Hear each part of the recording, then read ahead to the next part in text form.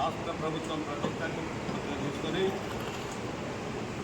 ఎన్నికల ముందు మేనిఫెస్టోలో పెట్టి ఆ అంశాలను అమలు చేసే కార్యక్రమంలో భాగంగా రైతాంగం కోసం ముఖ్యంగా రుణమాఫీ కానీ రైతు భరోసా కానీ అదేవిధంగా బోనస్ ఈ కార్యక్రమాల అమల్లో జరిగినటువంటి అవినీతిని కాంగ్రెస్ పార్టీపై మద్దపడకుండా కాంగ్రెస్ పార్టీ కార్యకర్తలుగా వాస్తవాలని రైతాంగానికి ప్రజలకు చెప్పాలన్నటువంటి ప్రధాన ఉద్దేశంతో గత ఎన్నికల్లో మాతో పాటు పనిచేసినటువంటి సిపిఐ పార్టీ ఆ పార్టీకి చెందినటువంటి సోదరు విఠల్ గౌడ్ గారు మరి అదేవిధంగా దశాబ్దాలుగా మన తెలంగాణ ఉద్యమంలో కానీ కాంగ్రెస్ పార్టీలో కానీ బలంగా పనిచేసినటువంటి పెద్దలు గంగాధర్ దేశాయ్ గారు, అదేవిధంగా మాజీ ఎంపీ సలీం గారు, అదేవిధంగా జిల్లా central bank director Ramaranjan single window chairman సోదరులు కమలాకర్ రెడ్డి గారు, అదేవిధంగా ఈ మండలంలో మైనార్టీ రాష్ట్ర విభాగంలో పనిచేస్తున్నటువంటి వైద్య సెంటర్ వివిధ మండలాల నుంచి ఈ మండలం నుంచి కూడా చేసినటువంటి సోదరులందరికీ ప్రధానంగా ఈ వేదిక ద్వారా స్వాగతం పలుకుతూ దేశంలోనే తెలంగాణ ప్రభుత్వం కాంగ్రెస్ పార్టీ అధికారంలో ఉన్నటువంటి ప్రభుత్వం గత ఎన్నికల ముందు కాంగ్రెస్ పార్టీని ఆదరించిందనేటువంటి మంచి ఉద్దేశంతో వెళ్ళే క్రమం అప్పటి పిసిసి అధ్యక్షులు కింది స్థాయి నుంచి ప్రజల ద్వారా మమేకమై జెడ్పీటీసీగా, ఎమ్మెల్సీగా, ఎమ్మెల్యేగా, ఎంపీగా వాళ్ళ ముఖ్యమంత్రి మరి ఎన్నికల మేనిఫెస్టోలో పొందుపరిచి రైతాంగాన్ని హక్కున చేర్చుకుంటేనే రాష్ట్రంలో కాంగ్రెస్ పార్టీకి మనుగడ ఉంటుందన్నటువంటి ప్రధాన ఏ కార్యక్రమాలను ఏ అంశాలను మనం ప్రధానంగా తీసుకొని ఎన్నికల్లో పోతే రేపు వాటిని అమలు చేస్తే కాంగ్రెస్ పార్టీ ఈ రాష్ట్రంలో ఒక 15-20 ఏళ్ల పాటు కాంగ్రెస్ పార్టీ మనుగడ సాగిస్తున్నటువంటి ప్రధాన పెద్దలు రేవంత్ రెడ్డి ఒక మంచి నిర్ణయం తీసుకొని అప్పుడున్నటువంటి ప్రభుత్వం ధాన్యాన్ని కొనాలంటే కళ్ళాల్లో వడ్లు కొనకుండా కాంటాలు పెట్టకుండా ఉన్నటువంటి దయనీయమైన పరిస్థితులు ఒక సందర్భంలో మరి అప్పటి పిసిసి అధ్యక్షులు ఉన్నాయి, ఇప్పుడు ముఖ్యమంత్రి ఉన్న రేవంత్ రెడ్డి కళ్ళాల్లో ధాన్యం కొనలేనటువంటి పరిస్థితులు ఉంది. కాంగ్రెస్ పార్టీకి ఒక 10,000 కోట్లు ఇవ్వండి, ధాన్యాన్ని ఏ రకంగా కొనాలా, ధాన్యాన్ని మిల్లింగ్ చేసి ఏ రకంగా ఇతర రాష్ట్రాలకు పంపాలా, ఇతర దేశాలకు పంపాలనేటువంటి మంచి వ్యాపారం చేసి రైతాంగం కాంగ్రెస్ పార్టీ రైతాంగానికి ఒక మంచి మార్గదర్శకం ఉండేటట్టు చేస్తానని చెప్పినటువంటి రేవంత్ రెడ్డి గారు మరి వాళ్ళ అధికారంలోకి వచ్చింది. రుణమాఫీ అయితేనేమి, అదేవిధంగా రైతు భరోసా అయితేనేమి, ఇవాళ మరి గత ఖరీఫ్ సీజన్లో కానీ ఇవాళ వేసంగి సీజన్లో కానీ అమలు చేస్తున్నటువంటి రైతు భరోసా ఈ కార్యక్రమాలను పెద్ద ఎత్తున రైతాంగం ఇవాళ మేము కాంగ్రెస్ పార్టీ మేము ఇక్కడున్న ఈ పత్రికా విలేకరుల సమావేశంలో పాల్గొన్న ప్రతి ఒక్క కార్యకర్త ఇవాళ మేము గర్వంగా మాట్లాడుతున్నాం. మా ముఖ్యమంత్రి రేవంత్ రెడ్డి గారు కానీ మా పిసిసి అధ్యక్షుడు మహేష్ కుమార్ గారు కింది స్థాయి నుంచి వచ్చినటువంటి వ్యక్తులుగా ఇవాళ రైతాంగ సంక్షేమం వచ్చినటువంటి 3 కార్యక్రమాలు రుణమాఫీ, రైతు భరోసా, ఈరోజు ఇస్తున్నటువంటి బోనస్ ఈ 3 కార్యక్రమాలు ఇవాళ మన ప్రాంతంలో కాంగ్రెస్ పార్టీకి ఒక పేటెంట్ రైటు నిజాం సాగర్ ఆయకట్టు పరిస్థితిని ఈరోజు రైతు 2 పంటలు పండించుకున్నటువంటి పరిస్థితిని మేము గత ఎన్నికల కంటే ముందు చెప్తున్నాం, ఈరోజు చెప్తున్నాం, రేపు కూడా చెప్పేటువంటి పేటెంట్ రైట్ మాకే ఉంది, కాంగ్రెస్ పార్టీకి ఉంది. మరి అలాంటి పేటెంట్ రైట్ ఏమంటే సాగునీరు ఇబ్బంది లేకుండా ఉప్పాలి సాగర్ ప్రాజెక్టు కానీ సింగూరు బ్యాలెన్స్ ప్రాజెక్టు కానీ నిజాం సాగర్ ఆయకట్టుని పరిరక్షించేటువంటి కార్యక్రమం ఏదైతే కాంగ్రెస్ పార్టీ చేసిందో దాని ద్వారా ఇవాళ ఈ 3 సంక్షేమ కార్యక్రమాలు రైతాంగానికి ఇవాళ మా బాధ్యత ఏమైపోయిందంటే అధికారం ప్రతిపక్షం రెండు మేమే నిర్వహించాల్సినటువంటి ప్రధాన బాధ్యత మా మీద ఉంది. ఇవాళ రైతాంగంలోకి వెళ్తే రైతాంగం కొన్ని చోట్ల మమ్మల్ని ప్రశ్నించేటువంటి కాంగ్రెస్ పార్టీ అధికారంలోకి వచ్చింది, రుణమాఫీ ఇస్తున్నారు, లేకపోతే రైతు భరోసా ఇస్తున్నారు, లేకపోతే ఇవాళ బోనస్ కూడా ఇస్తున్నారు. కానీ మీ కాంగ్రెస్ పార్టీకి సంబంధించినటువంటి వ్యక్తులే కొంతమంది, ముఖ్యంగా ఈ నియోజకవర్గంలో శాసనసభ్యుడిగా ఉన్నటువంటి పోచారం శ్రీనివాసరెడ్డి గారు, ఆయన కుమారుడు భాస్కర్ రెడ్డి, మేము రైతాంగం కోసం పనిచేస్తాం, రైతాంగ పక్షపాతులం, మా వల్లని ఈ ప్రాంతంలో ఉన్నటువంటి రైతాంగానికి మేలు జరుగుతున్నటువంటి చెప్తున్నటువంటి ఆ ఇద్దరు వ్యక్తులు వాళ్ళ ప్రధాన అనుచరులైనటువంటి ఉమ్మడి కోటగిరి మండలంలో తాజా మాజీ జడ్పీటీసీ శంకర్ పటేల్ కానీ, తాజా మాజీ సర్పంచ్ పత్తి లక్ష్మణ్ కానీ, ఇవాళ ప్రస్తుతం మరి మా ప్రభుత్వం ఎక్స్టెన్షన్ ఇచ్చినటువంటి దాంట్లో ఇవాళ సెంగిల్గొండ చైర్మన్గా కొనసాగుతున్నటువంటి పూర్తి సిద్ధు కానీ, ఇక్కడ ఉన్నటువంటి జుబేర్ అనేటువంటి భాస్కర్ రెడ్డి అనుచరుడు, మరి పీడిఎస్ పిఎం కానీ, లేకపోతే వివిధ రకాలైనటువంటి మాఫియా పనులు చేసుకుంటూ మరి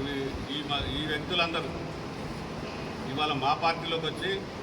మరి వాళ్ళకి సభ్యత్వాలు ఉన్నాయో వాళ్ళు కాంగ్రెస్ పార్టీ కండుగా తెలియట్లేదు. కానీ మాకు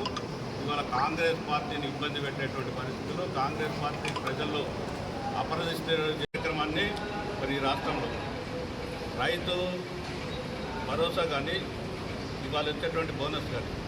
ఈ రెండు రమారమి 25,000 26,000 రూపాయలు మరి రైతుకు ఒక ఎకరం మీద వచ్చేటువంటి పరిస్థితి ఉంటే మరి 26,000 రూపాయలు రైతు పంట పండించేటువంటి క్రమంలో పెట్టుబడికి సరిపోయేటువంటి పరిస్థితి ఈ రెండు సంక్షేమ కార్యక్రమాల ద్వారా 26,000-27,000 రైతాంగానికి మేము ఇస్తున్నటువంటి సందర్భం. ఇది దేశంలో ఎక్కడా కూడా ఏ పార్టీ కానీ ఏ రాష్ట్రంలో కానీ అమలు కానటువంటి ప్రధానమైనటువంటి పార్టీ. గతంలో మేము ఎన్నికలకు పోయే ముందు మరి రేవంత్ రెడ్డి గారి నాయకత్వం ఛత్తీస్గఢ్లో బోనస్ ఇస్తున్నారు అనేటువంటి నిర్ణయాలు మేము అక్కడక్కడ చెప్తే ఇవాళ మా పార్టీలోకి వచ్చినటువంటి మరి శ్రీనివాసరెడ్డి గారు కానీ లేదా వాళ్ళ అనుచర వర్గం కానీ ఎన్నికల ముందు మమ్మల్ని అందరూ నిలబెట్టినటువంటి ఛత్తీస్గఢ్లో బోనస్ ఇస్తలేరు, ఏమి ఇస్తలేరు, మీరు ఇక్కడ లేనిపోని అన్ని ఇక్కడ చెప్పి ఇక్కడ లేని మాటలకు రైతాంగానికి చెప్పి కేసీఆర్ కంటే బాగా ఎప్పుడు రైతాంగం కోసం ఆలోచించలేడు, కేసీఆర్ ప్రధానమని చెప్పినటువంటి వ్యక్తులు ఇవాళ మా పార్టీలోకి వచ్చి మరి శాసనసభ్యులకు ముఖ్య అనుకూలంగా ఏదైతే రైతాంగానికి ఇచ్చేటువంటి ధాన్యం కొనుగోలు మీద ఇచ్చేటువంటి బోనస్ పక్కదారి పట్టించి ఇక్కడ ఉన్నటువంటి ఒక 4 రైస్ మిల్లు, ఒకటి జిఎంకే, రెండోది SA traders, 3 Homsai traders, SA traders అనేటువంటి 4 rice mill, 4 trading rice mill ఉన్నటువంటి వ్యక్తులు హోంసాయి సాయి ఇండస్ట్రీస్ ఈ 4 రైస్ మిల్లు గతంలో కూడా మరి బీఆర్ఎస్ అధికారంలో ఉన్నారు. వారు నేరుగా రైస్ మిల్లుల పేరు మీద అలాట్మెంట్ తీసుకొని ఆ ధాన్యాన్ని తీసుకొచ్చి మరి గోడౌన్లలో ఉంచి మరి ఆ గోడౌన్లో ఉన్నటువంటి రైస్ని అట్లానే ఉంచి మీడియా ద్వారాను ఇంకోటి ద్వారాను ప్రభుత్వానికి సీఎంఆర్ పెట్టి మరి ఈ ధాన్యాన్ని రైతుల పేరు మీద పెద్ద ఎత్తున అమ్ముతున్నటువంటి పరిస్థితులు వాస్తవం కాదా, కోటికిల్లు జరిగినటువంటి విషయాలు కాదా. ఇదే శంకర్ పటేల్ కొంతమంది వ్యక్తులు మరి ఆ గోడౌన్లో ఉన్నటువంటి ధాన్యాన్ని రైతుల ధాన్యం అని చెప్పేసి అమ్ముతున్నటువంటి మాటలు వాస్తవం కాదా. శ్రీనివాసరెడ్డి గారు మీకు నమస్కారం చెప్తున్నాం. దశాబ్దాలుగా ఈ నియోజకవర్గాన్ని ఒక ఆదాయ వనరుగా చేస్తున్నారు. ఈ ఆదాయ వనరు ఏదైతే ఉందో ఈ ప్రాంతంలో కాంగ్రెస్ పార్టీ పుణ్యం వల్ల తాగునీరు క్లియర్ ఇచ్చేటువంటి పరిస్థితుల్లో మరి పెద్ద ఎత్తున ఇక్కడ 1,10,000 ఎకరాల ఆయకట్టు, నిజాంసార్ ఆయకట్టు, బాన్సోడ నియోజకవర్గం ఆయకట్టు, ఆ ఆయకట్టు ద్వారా వచ్చేటువంటి వరి ధాన్య ఉత్పత్తిని వ్యాపారంగా చేసుకుని మీ సొంత ఆదాయ వనరుగా చేసుకుని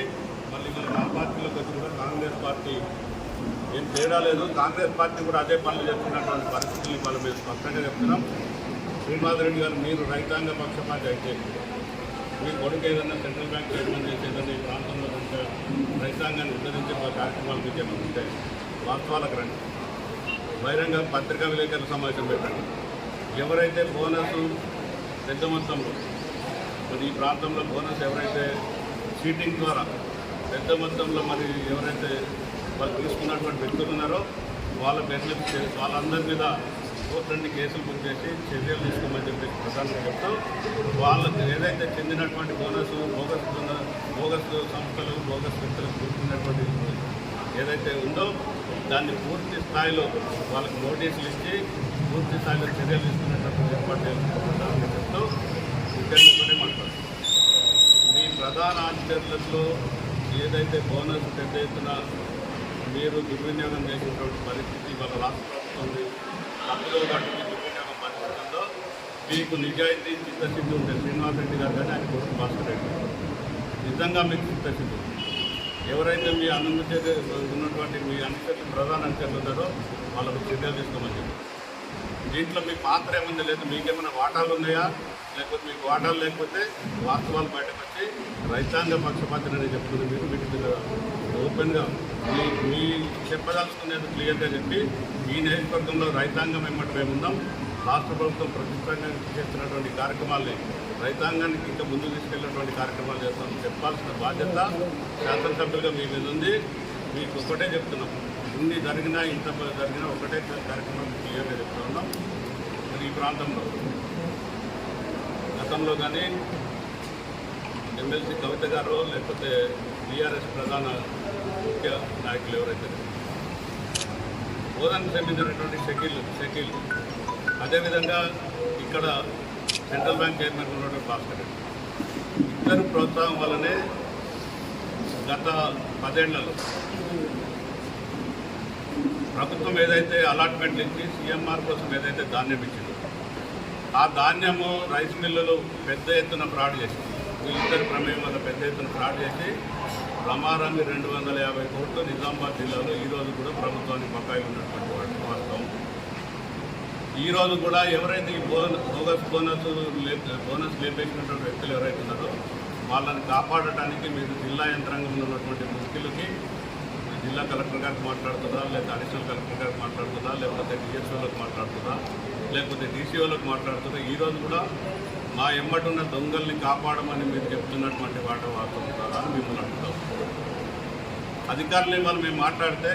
అరే మీ శాసనసభ్యుడే ఫోన్ చేసి చెప్తున్నాడండి మేము ఏం చేయాలో చెప్పండి, మీరు ఏదైనా ఉంటే సమన్వయం కాంగ్రెస్ పార్టీలో మాట్లాడుకోవాలి తప్ప మీ శాసనసభ్యుడు నేరుగా మాతో మాట్లాడి మరి వీళ్ళ మీద చర్యలు తీసుకోవద్దు, ఏదో చూసు మంత్రంగా విచారణ చేయండి అని చెప్తున్నటువంటి మాట వాస్తవం కాదండి.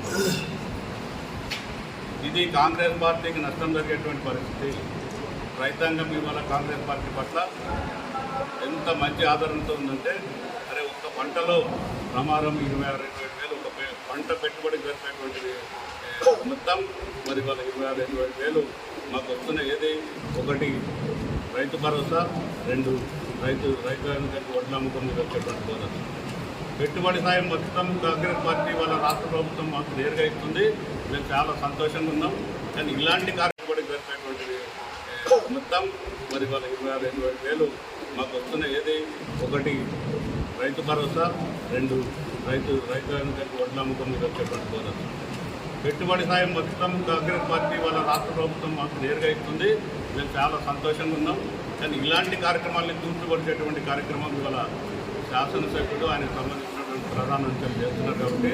వారిపై పూర్తి స్థాయిలో చర్యలు తీసుకోవాలని, దీంట్లో ఎవరున్నా ఉపేక్షించదని,